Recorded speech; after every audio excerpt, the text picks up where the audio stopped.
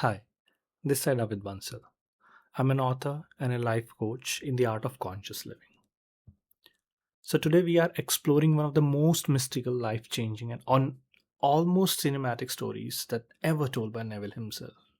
The story of his own journey from New York to Barbados. At first, it sounds like a simple travel miracle. A man imagines going home and somehow it happens. But underneath that simplicity lies a map to how consciousness creates reality. So, this story isn't just about a ticket, it's about how your inner world rewires the outer world. It's about the death of the old self and the birth of the new identity. It's a story that teaches that faith isn't belief, it's an identification. So, today let's peel back the layers, the uncover hidden lessons that most people overlook in the Neville's Barbados story.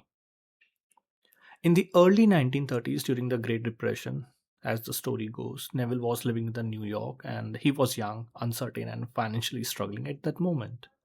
The glamour of the stages of life was fading and jobs were scarce back then, and yet deep inside, he felt a burning desire to return to his homeland, that was Barbados, a small island, just to see his family again.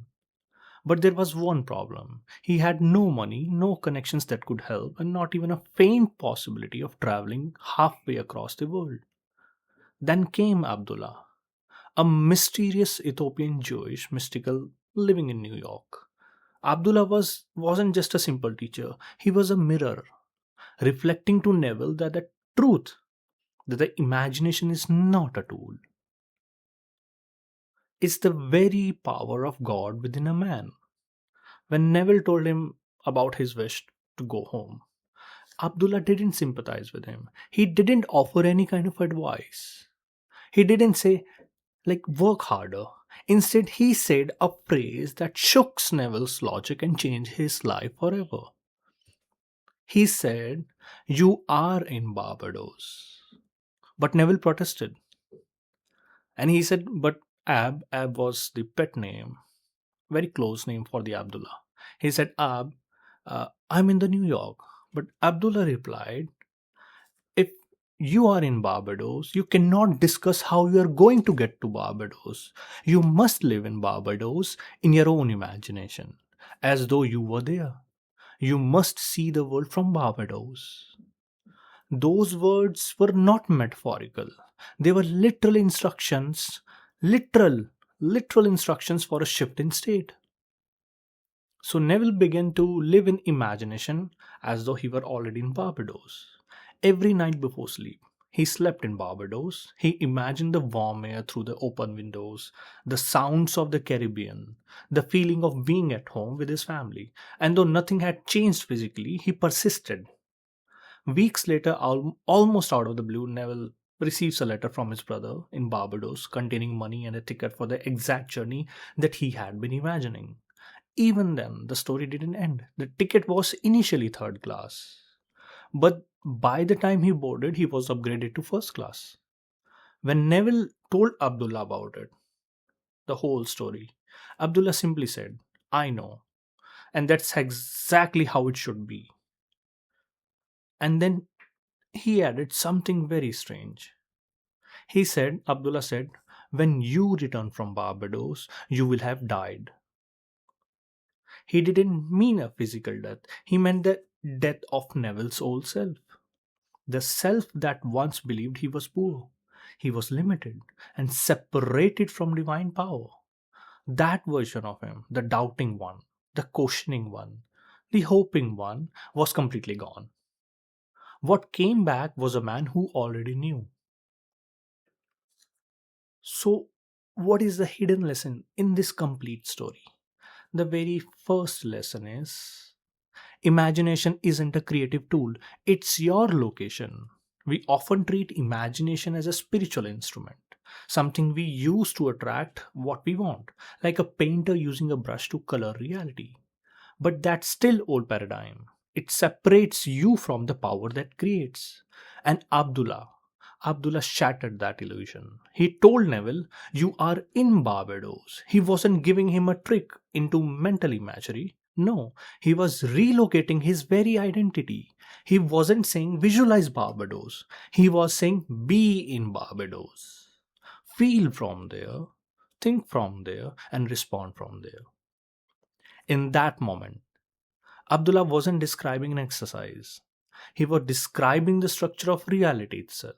Because your state of consciousness is not just an attitude, it's your literal address in the existence. We think that we live in cities, countries, and houses, but you don't live in New York or Delhi. You live in a state, a mental state. You don't move by traveling miles, you move by changing states of being. When Neville accepted that he was already in Barbados in imagination, his entire vibrational location shifted in his own mind. Tickets appeared and events already rearranged for him. He didn't make it happen. The outer simply mirrored what he was in the consciousness. And that's the hidden mystery. Imagination isn't a tool you pick up, it's the ground you stand on. It's the location, a mental location. It's the space in which the whole universe exists. When you imagine something so vividly and dwell in that feeling as real, you're not pretending, you're just entering into the state of consciousness. Your senses tells you otherwise. That's understandable. But the law of consciousness says the world does not reflect what you want, it reflects where you are or what you are. So ask yourself not what do I want to create, but ask this where I am right now in my own imagination. Where am I? If you keep identifying yourself as the one who's waiting, hoping, and trying, and that's your location, and that's how you are. You're standing outside of your own desire. But if you begin to see from the fulfilled state, if you can say quietly within, I am there, I'm already there, and let that truth settle, the reality begins to rotate around that center.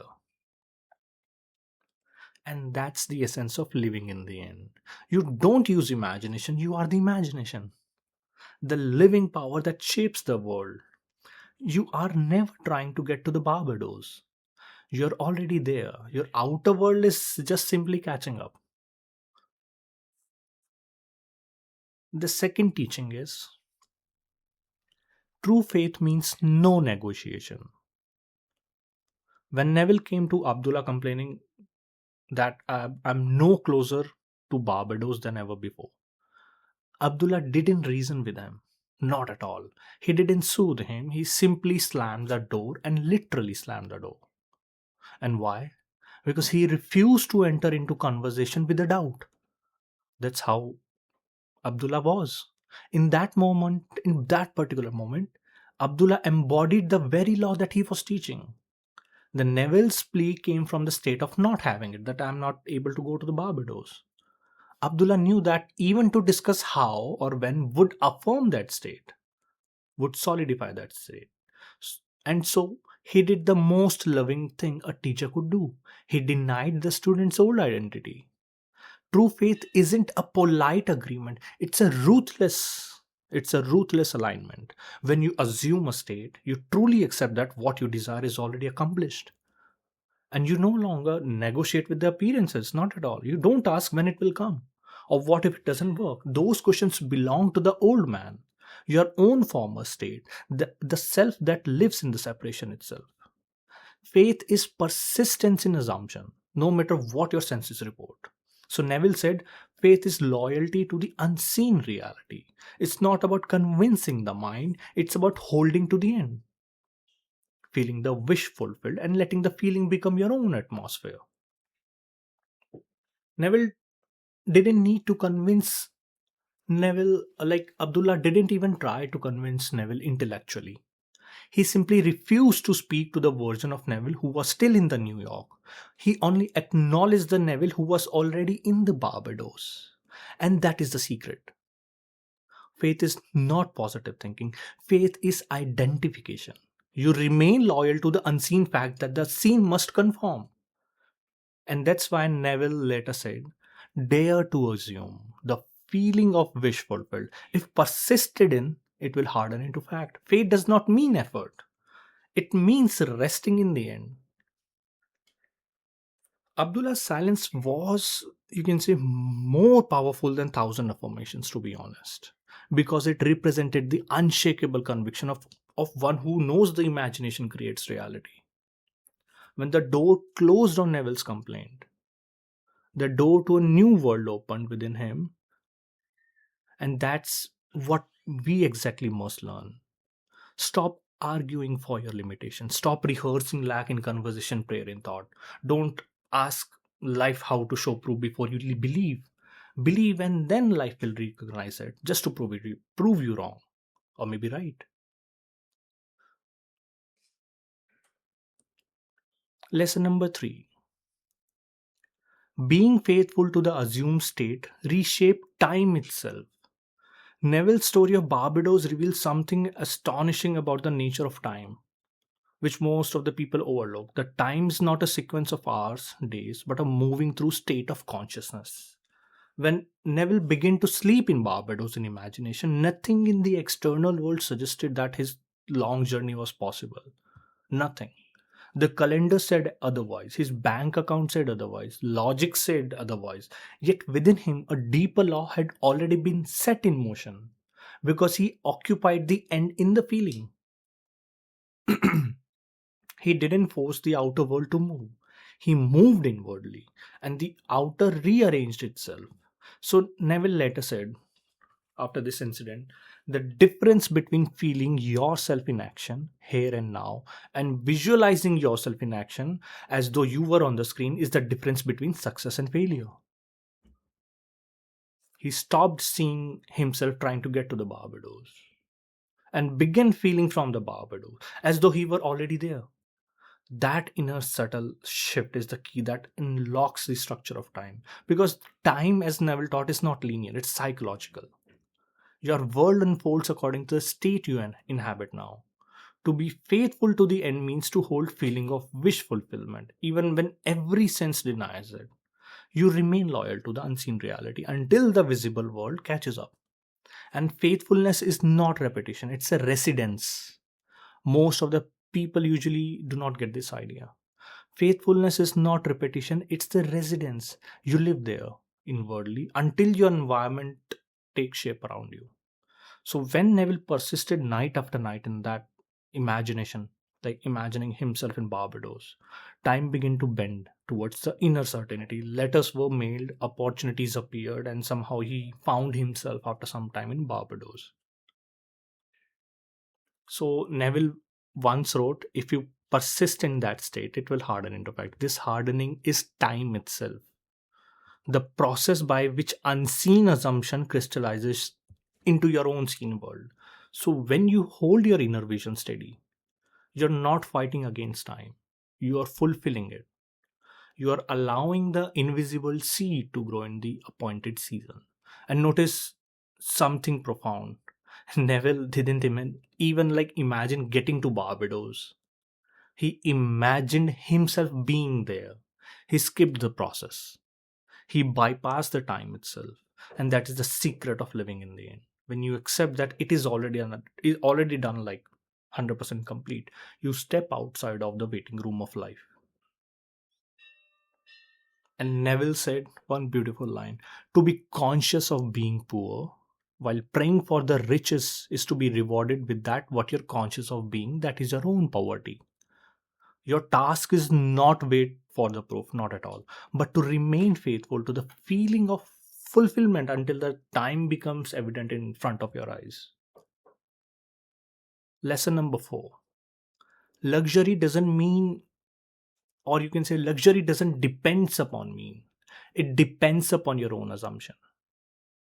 When Neville finally received the letter from his brother, he discovered that not only had his passage to Barbados has been provided to him, but he had been placed in the first class. Now, most people, like, this might appear as fortunate coincidence, but in the law of consciousness, there's no such thing as chance. There's only correspondence, the outer answering to the inner. So Neville didn't ask for luxury. Didn't wish for the first class. He simply assumed the end, and that he was already in the Barbados, home, fulfilled, and that state of completeness naturally included comfort, ease, and dignity. And the world doesn't give you what you think you deserve, it gives you what you assume yourself to be. And when you live in the feeling of fulfillment without anxiety, without strain how it will come, life completely rearrange itself just to your inner assurance.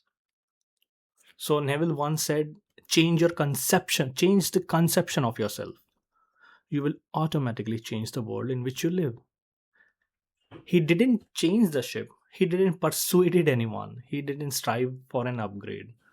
The world, obedient to his inner conception, placed him in the comfort that felt natural to him.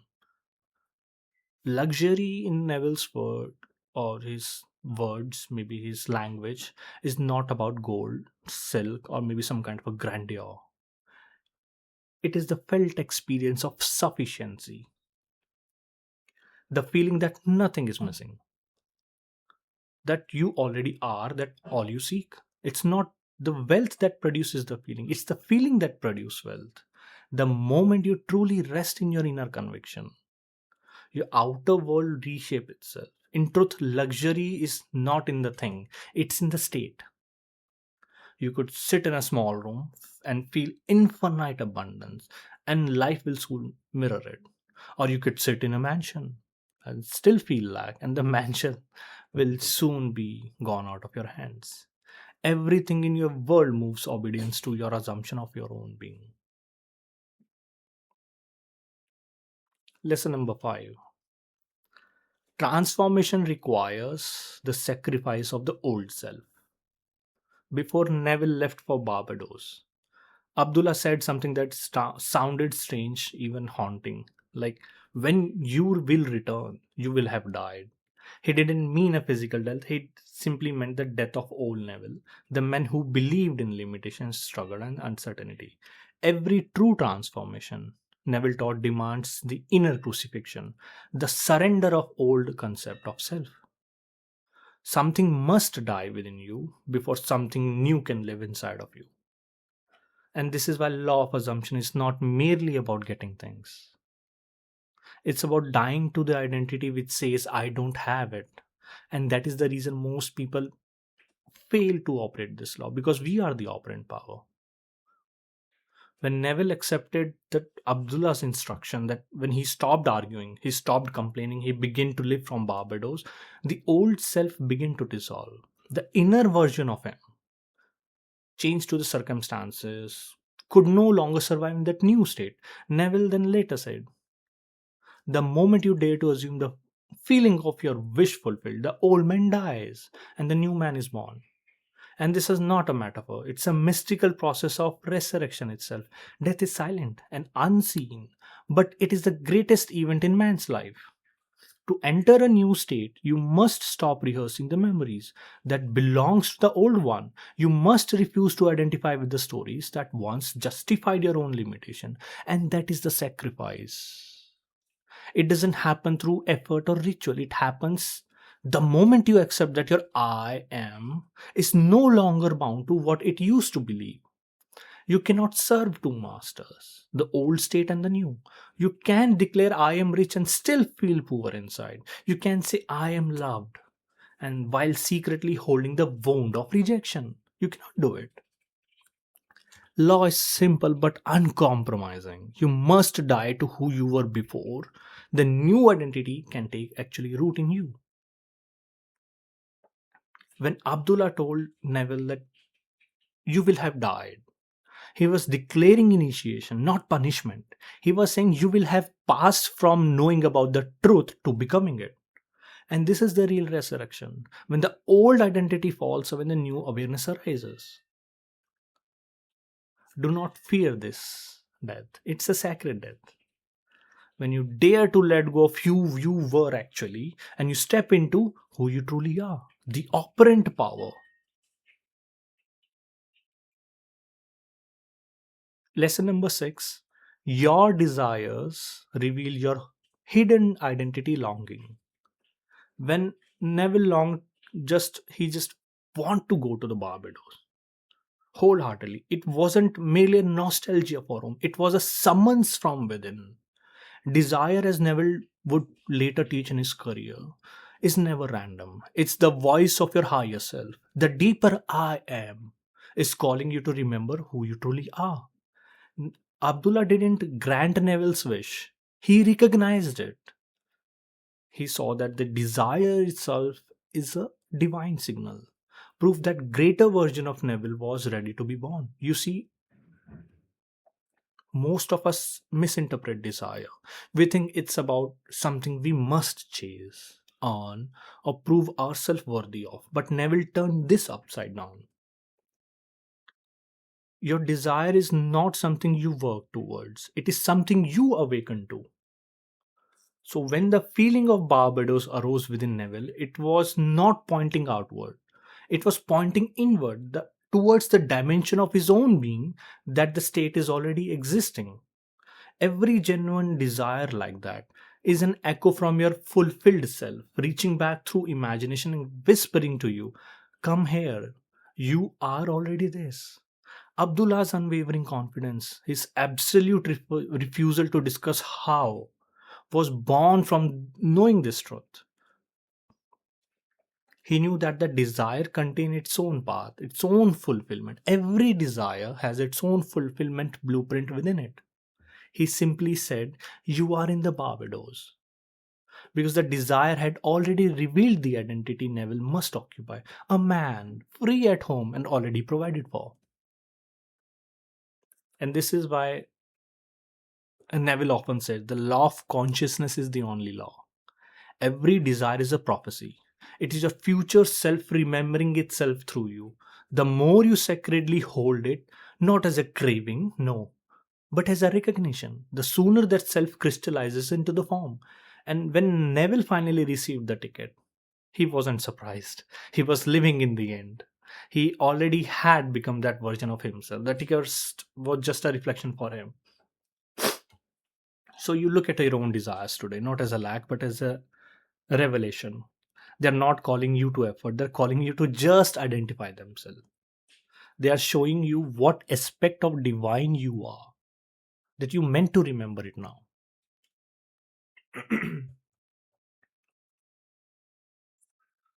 Seventh lesson, Abdullah's role. Outer teacher as an inner voice. And this is one of the most profound part. Abdullah, the Ethiopian rabbi and the mystics, appeared in the Neville story like a man shrouded in some mythical, powerful, mysterious, and he was a mysterious figure, to be honest. And but if you truly listen beyond the surface, you will hear something extraordinary. Abdullah wasn't a man outside Neville. He was embodiment of Neville's inner authority, to be honest. When Neville met Abdullah, it was not a meeting between two people. It was a meeting between consciousness and forgotten wisdom.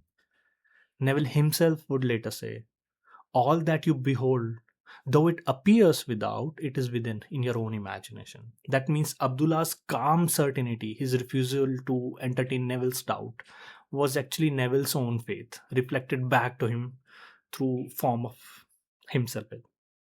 And when Abdullah said, you are in Barbados, he was speaking not as a man giving advice. He was the divine voice within Neville declaring the truth. A truth beyond argument. A truth that doesn't ask for evidence. It is the evidence itself. Every seeker must meet there, Abdullah. And they will meet. Sometimes as a person, sometimes as a book, a phrase, even a moment of silence. But always as that mirror which shows you who truly are. Or the outer teacher exists only to awaken the inner one. And once you begin to trust that inner voice, you realize something profound. Abdullah never helped Neville. He never made the miracle happen. He simply refused to let Neville forget about himself. And that's the sacred function of true teacher. You not to give you new knowledge, but to remind you what you already are. Remember how Abdullah didn't let Neville talk about not having money. He didn't pray for Neville. He didn't console him. He just closed the door and literally and said, you are in Barbados. And you know why? because that door symbolizes something greater, the closing of all escape route back to the doubt, your old self. It was the universe saying, stop explaining your limitations, stop giving life to disbelief. You are what you assume. So, and this is how life speaks to us. When something or someone stops con- comforting your fear, instead your demands your recognition, and that's your Abdullah. When a situation forces you to stand in faith, to act as though it's already done, that's your Abdullah. When you hear a quiet voice inside, enough talking about problem, live from the answer, that's your Abdullah. And in the end, Neville didn't just go to the Barbados. He became Abdullah, the same calm, absolute faith that once spoke to him through another man. And that's how consciousness evolves. The teacher dissolves into the taught. And what remains is the awareness that there was never two, only one consciousness playing both the parts. And that's the real lesson here, that you don't find your teacher by searching the world. You meet your teacher the moment you stop arguing with your own imagination. And when you obey your inner Abdullah, the one who speaks with quiet authority from within, the world out must rearrange itself to reflect that obedience. Because, as Neville said later, change the conception of yourself, and you will automatically change the world in which you live. Now, I would like to invite you to your own Barbados. Can I ask you, what's your Barbados? Is it a peace of years after inner war? Is it the effortless abundance that feels so far away? Or is it the love that seems hidden behind time or some kind of a distance? Or perhaps it's just simply the quiet knowing that you are already enough. Whatever it is, understand this. Barbados is not a destination, it's the state of consciousness, which is waiting to be remembered, to be honest. So close your eyes now. Don't try to imagine with effort. Just relax into that knowing that it is already done. Let your senses be baptized into new reality. The smell of ocean breeze, the warmth of sun, the feeling of contentment running through your own being. Hear the laughter of those who you already think that they will recognize your success. Feel the peace of knowing that there is nothing left to chase. When Neville slept in Barbados, he wasn't pretending. He was he was not it at all making believe or something playing like it. No, he was resting in the truth of being, the truth that consciousness precedes everything. So tonight, don't visualize like a beggar knocking on heaven's door. Dwell there like you are the rightful heir, someone who belongs to that state by divine inheritance. Because the moment you accept that your inner identity, life will rearrange itself. And do not concern yourself with how. And this is not your responsibility. As Neville said, the world is a mirror, forever reflecting what you are doing within yourself. The bridge of incidents that follow will appear natural, but it is the supernatural unfolding itself in disguise. Watch closely how your world bends. It might be a phone call, the opportunity, the coincidence, the chance meeting. For the greatest secret of Neville's Barbados story is this: the ticket never took him to Barbados. The assumption did. The ticket was merely a shadow cast by the completed inner act. The journey had finished the moment Neville said yes to the news that I'm in the Barbados. So I ask you again, what is your Barbados? And most importantly, are you willing to live there?